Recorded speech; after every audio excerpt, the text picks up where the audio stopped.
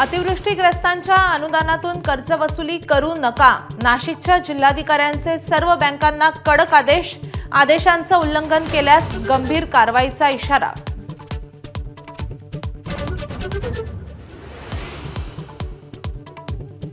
ऐन दिवाळीत अनेक ठिकाणी आंदोलनाची माळ. नागपुरात साचलेल्या कचऱ्याविरोधात आंदोलन, तर सांगलीमध्ये पाण्याच्या समस्येवरून सांगलीकर आक्रमक. सोलापुरात शेतकऱ्यांसाठी काँग्रेस रस्त्यावर.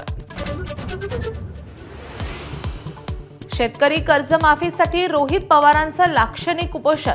देहूतील संत तुकाराम महाराजांच्या मंदिरासमोर उपोषण करणार.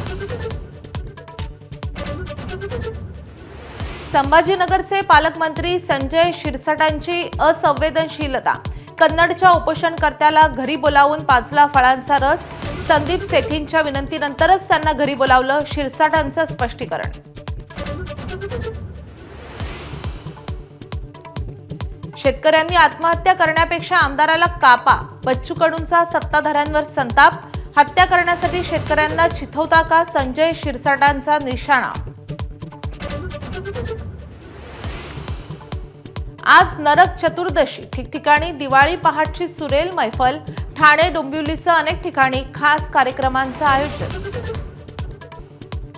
अयोध्येत 26,17,000 दिवे लावण्याचा विक्रम.